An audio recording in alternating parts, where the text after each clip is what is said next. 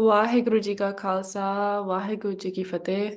ਇੱਕ ਓੰਕਾਰ ਸਤਨਾਮ ਕਰਤਾ ਪੁਰਖ ਨਿਰਭਉ ਨਿਰਵੈਰ ਅਕਾਲ ਮੂਰਤ ਅਜੂਨੀ ਸੈਭੰ ਗੁਰ ਪ੍ਰਸਾਦ। ਜਪ ਆਦ ਸੱਚ ਜੁਗਾਦ ਸੱਚ ਹੈ ਪੀ ਸੱਚ ਨਾਨਕ ਹੋਸੀ ਪੀ ਸੱਚ। ਵਾਹਿਗੁਰੂ ਜੀ ਕਾ ਖਾਲਸਾ ਵਾਹਿਗੁਰੂ ਜੀ ਕੀ ਫਤਿਹ। Today we are going to go through Saruktavali chapter 13, which is going to be about our indriya, the senses, and vakad, and it's going to comment also about the nature of foolish people and how we can deal with them. Kaviji starts off by saying that there is no illness equal to lust. Lust is seen as an illness because it keeps a person gentle and therefore always in suffering, like an illness. They say there is no enemy equal to attachment.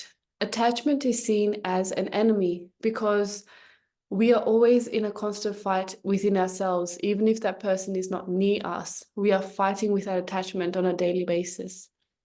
And there is no fire equal to anger because with anger, there is this constant rage inside us that makes us burn within ourselves and it destroys everything. And there is no bliss such as Atmic knowledge. I think this is a very important part that we should really keep in our minds, that there is no illness equal to lust, no enemy equal to attachment, no fire equal to anger, no bliss such as knowledge. Kaviji then shares about indriya and what can happen. They describe how an elephant dies by its pleasure sense, and using that, it actually gets trapped by the poachers. Fish die by, their need to taste that worm, and therefore they get caught on the hook. A deer always runs out into the open by the sound of the horn, and therefore, because of that sense, they're gone into their destruction. A moth is attracted by light, and therefore they go into places and they actually end up burning themselves, frying themselves, and that leads to their death. Honeybees go by the smell of a flower, and sometimes they actually get trapped inside, leading to their ultimate death. So like this, there are many species who can get trapped by just one of their senses, one of their indriya, whether that's their pleasure, their taste, the sound, being attracted to visually beautiful forms, smells, and this can cause their death.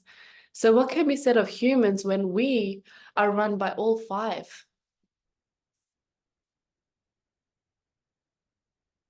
The next part, Goviji talks about company, and they say we should not associate or speak with people that are bad company. Why? Because they can also disturb us. And so they said that they can disturb us just by association.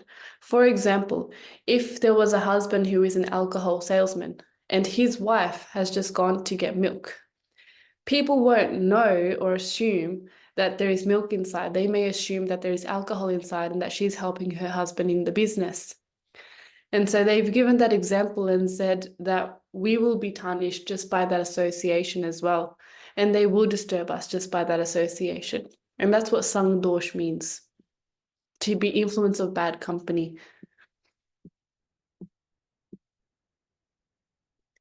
Next, Kaviji talks about the nature of slanderers, and this has come up a few times in other chapters, and this time there is a different take as well. They say the nature of a slanderer is that until we keep feeding that person what they need, and it could be that they need money, it could be that they need praise or fame, whatever it is that they need, that appetite they have, if we keep feeding them that, they won't speak up against us.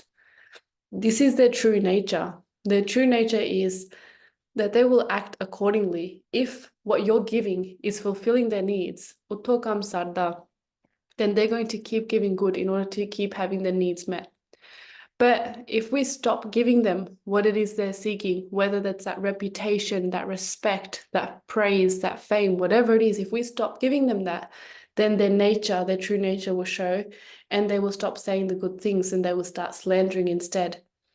And so they've given the example of like a tabla. What used to happen and sometimes still happens is tabla players take some atta to repair the middle piece, so that if the sound is starting to go off, they can put the atta on and the sound will keep going good. And so therefore, until the tabla is getting the atta, the sound is coming good. When the atta is finished, then the sound is no longer good. And so they've likened the slandra to that. Next, Kaviji is sharing a little bit about the nature of fools. And so firstly, a fool is a person that no matter what kind of instruction we give, they are not going to take that on. And so a teacher doesn't give knowledge to everyone. They consider, does this other person have the ability to understand this sikkha, this teaching? And is it going to be worth my time to be teaching this student? It's not out of ego, but it's more so out of the idea that they know that perhaps this sikkha might be better suited, this energy and this effort might be better suited to someone else. And so if a fool is listening, Kaviji has said that a teacher might have all of the true knowledge, all of the wisdom in the world. However, that knowledge that they have would not be able to be imparted to a fool, even over many yugs, many ages. It's like a beautiful woman that might have all the decorations, but it would be useless if her husband was blind. What would be the point of all those physical decorations? In that way, what is the purpose of all that wisdom if the fool cannot see it?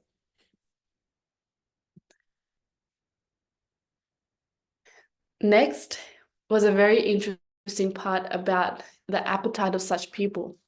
Kaviji said that there are many snakes that enjoy its prey of frogs, and we know that snakes are very narrow, and when we see those videos of when they're having their prey, we go, wow, they're so strong. Snakes are so strong, they can just open their mouth so wide and just like clamp down and eat those frogs. However, Kaviji has said there are so many snakes like this, but they're only strong because they're filling their own appetite. They are filling their own appetite, their own hunger, their own need for taste to eat those frogs. And they've said, but to bear the weight of this earth, there is only one Sheshnag to complete this task. That means to be able to bear the weight of this earth without that appetite, with a lack of appetite, without that type of desire. And so in that way, there are many such saints or spiritual people who are falsely strong. Kaviji says, so, for example, in jap and tap by the intention of filling their appetite. And that appetite could be for food, so showing outward type of spiritual actions in order to receive food, or it could be in order to have a good name by other people, and at home they might be completely different, or wealth, or praise, being praised by society, but being completely different in the household. And so there are many people that are falsely strong in that sense. And there are only very few who can cross the ocean and genuinely carry that dharmic responsibility, because to carry that out would mean that we would not have any home, would not have any such false appetite. And therefore, only through that true living would we actually be able to help others too. The next part was also very interesting by Goviji. They describe 4 different types of natures. They say there is the nindak, which we have gone through a few times, is a slanderer. So remember, that is the type of person that always focuses on the faults of other people. So they're intent on bringing people down, calling out the faults, the avgun of other people. That is a nindak, even to the most greatest type of person, discounting all the stuff that they've done in order to point out the negatives. Kritikan are those people who cannot understand another's good intentions, so they are committed to misunderstanding. Even if someone is doing their pala, they can only see the bad or the negative in people and in their actions. Pisanjan are those that gossip and talk behind people's backs, or that bite back to people as well. Broad bisel are those people that are just full of anger to other people and to the world. So people that are filled with these 4 vigar, they are, as Kaviji describes, the 4 lowest forms, the 4 lowest natures of people, which is, the type of fools that we're really talking about here.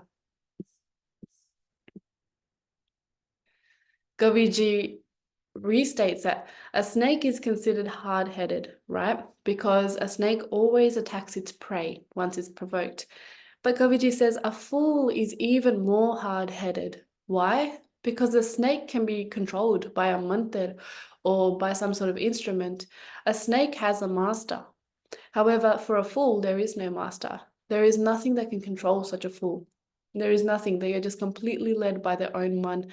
No type of sikya, no type of mantra, no type of instrument, no knowledge. Nothing is able to actually help this type of person. They have no master. Now, speaking of which, what about in this bad company?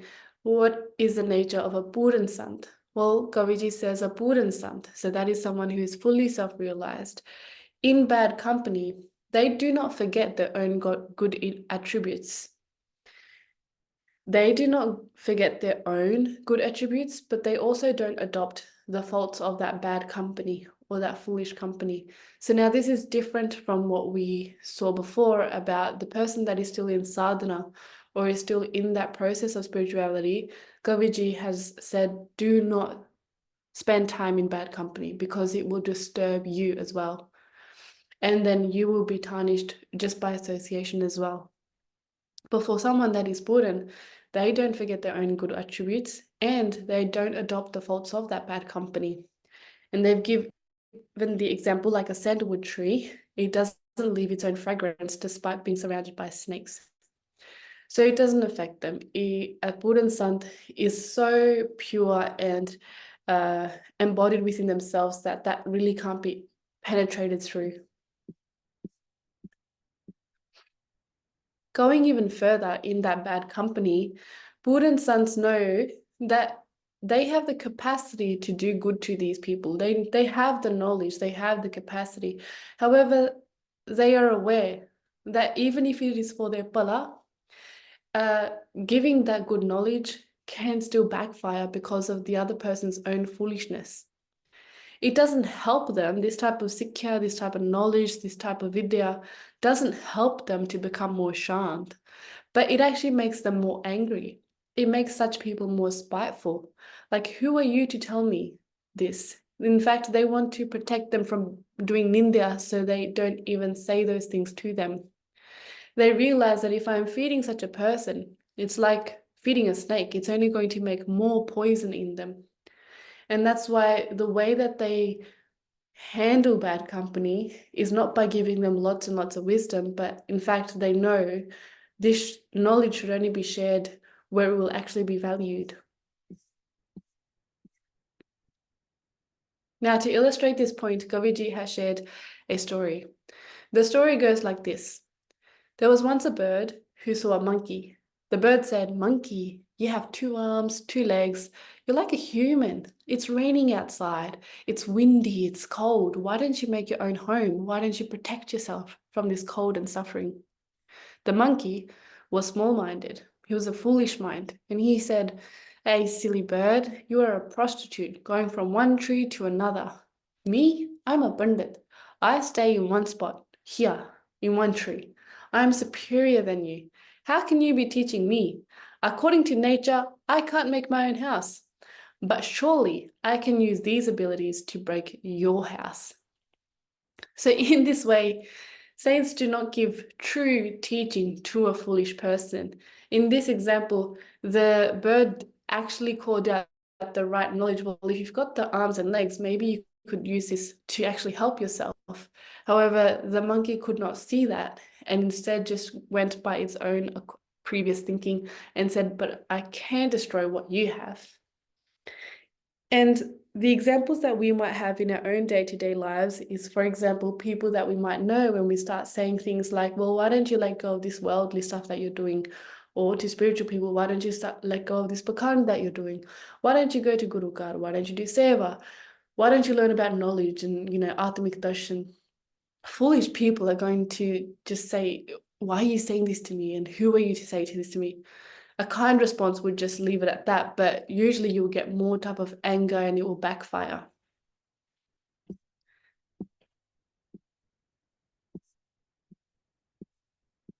So Kaviji says that bad company from that previous story, it's not avoided by being in a high place, from thinking that you are being superior to someone. So sitting in a high place doesn't make someone high. Just like a crow, if you're sitting on a very high mountain, a very high place, it doesn't make that crow now a great bird, like a crane or something. No. But associating with bad people, it is very important to remember, if we are associating with bad people, if we are in that sadhana, our spiritual yearning will quickly go away. It goes away as quickly as the pleasure of an extramarital affair, as a cloud passing by, or as fire extinguishing on dry reeds. So that means that yearning goes instantly in those examples. So if we think about that, when we are still in the process, when we are in the process of developing your spirituality, but we are in the company of, nindiks or kitkan or pisanjan, what happens is their nature is obviously not going to change. But because we are still in the process, their nature can influence us. So as soon as they start gossiping, we might not even realize when we start gossiping ourselves. When they are getting angry, we might not even realize when we're getting angry ourselves, or when they're becoming negative, when we became negative, when they started talking bad about others, when we started talking bad about others, because that nature is very contagious. And so we might not even realize how our day started, and we might have been doing a past, but as soon as we got into the company of those people, we're not even realizing until half an hour has gone past, and we realize, hang on a second, what has this conversation been about? So associating with bad people, that spiritual yearning goes away very, very quickly, and then it's very hard to get back into that. Now there is another story that Goviji shares as well. This was a very interesting story as well. The story goes like this. There was once a Brahmin who was passing in the jungle. It was time for his puja, and he had a copper panda as well, copper tray. And the Brahmin didn't want to take that massive copper tray across the jungle. He wanted to leave it in the middle of the jungle so that when he went past and came back, he would be able to pick it up. So he decided, I'm going to bury this panda. I'm going to bury the tray into the ground. I'll make a shivling on top. That way, I can do my puja right here in the jungle. Then I can also mark where my tray has been buried with the shivling. Then I can be on my way for my business. And when I come back, I'll know exactly where I had buried my tray. So the Brahmin does this, and he buries his panda into the ground. He makes a shivling on top. He does his puja, and he goes his way. Sometime later, there's a group of people that pass by the same area, and they see the shivling, and they think, this must be a place of worship. And they think, well, let's do worship here. It's like a spiritual place here. There's a shivling here. Why don't we make more shivlings as well in this spiritual place of worship? So they make more shivlings in the exact same way. And then that group of people, make shivlings all over, and then they complete their puja, and then they go. Now, the next day when the Brahmin returns, he's shocked because he looks around and he thinks, I made one shivling, and that too because I was marking where my panda is, where my tray is. Why are there so many shivlings around, and who did this? And he starts digging around, he's looking for his tray, and he can't even find it because he's looking underneath and there's nothing. And he's face palming himself. He's thinking, what kind of foolish people would have done this? In this way, the world copies outer actions without knowing the intentions of people. People aren't interested, Goviji says, in the liberation, but just in copying the outer actions without understanding the meaning behind it. Had people known that in this situation that they had just marked where their panda was, then they would not have done that. But they had assumed that it was something spiritual, and then they did all this to the point that the Brahmin couldn't even find his puja tray. In the Punjabi class, Bhai Manpreet Singh Ji then also shared another story that illustrated this example. So now I'll just share that, a different story. So the other example is there was a Mahatma, so a great being, and they did lots of jap and tap in their ashram, a spiritual being. And other people used to come into the ashram as well. And a black cat always used to come. And it always used to sit in the laps of the others. It used to walk around and it used to really disturb the peace of the other people because it would go into the laps and just really walk around. And so Mahatmaji thought, how can I keep the cat here because he likes being here, but also not disturb the peace of other people while they're doing their worship? And so they decided to tie the cat with a nearby tree. And passersby saw this, and now they know that Mahatmaji, they do a lot of jap and tap. They're a very spiritual person. And they then assumed, oh, this must be a great maryada of theirs. And so the next day, Mahatmaji said, okay, I'm going to go for a smargam. And he told his sevadars, I'm going to return in a few days. Please take care of the ashram. And I'll return to my duties when I get back. So in front of Mahatmaji, they didn't dare copy that same maryada. But as soon as he left, everyone started going into this panic mode and finding a black cat. They went to great efforts, not just a cat, but a black cat, because they wanted to have that same benefit as Mahatmaji. And then once they found a black cat, then they went to the great efforts of making that cat comfortably come to the tree and then tying the cat to a tree, and then sitting down to do japa, do bhakti with the cat sitting next to them. When Mahatmaji returned, he saw so many black cats around the ashram, and he said, what is this? Why does everyone have one cat tied next to them? And the people said, well, we saw you and we copied it. We copied this maryada. And Mahatmaji said, this is the thing. This is the sheep mentality. You didn't realize that the only reason I did that is because the cat was disturbing us. Yet you went to such efforts and you thought that this would help in your spirituality. But it has nothing to do with that. It was just something that was quite practical. And in this way, there are many things that we should be really questioning the intentional things that happen in our Gurukar, that happen in our Panth, so we can understand the meaning behind things rather than just copying them from an outer perspective, because it's very helpful to understand the actual intention behind things, and we realize we come out of that type of sheep mentality and really get to practice our spirituality with real intentions. So in the next part, Goviji describes that with the weight of a fruit, a true tree bends down, and in the same way, we gain humility through vidya, through knowledge. However, trees without fruit break in two. In the same way, a person believes they do not need knowledge. There is no God. There is no need for such things. Then they do not bow to vidya. They don't respect vidya gurus. And it's only when there's a huge storm that they just completely snap in two. And that's when they realize, that was the importance of them. And so by then, it's very difficult to then have that same type of benefit as you would have before the storm came in. Another example is that water can put out fire. The shade of a tree can relieve us from the heat of the sun. And even an intoxicated elephant can be controlled by sharp points. A donkey with a stick. And illnesses can be rid with medicines. Even snake venom can be drawn out with a mantra. However, and so Pandits have created medicines for so many diseases of the mind and body, but there is no medicine for the niche. There is no medicine to help that type of lowly person who never thinks of Parmeshwar, that cannot be changed even when true knowledge is sitting right in front of them.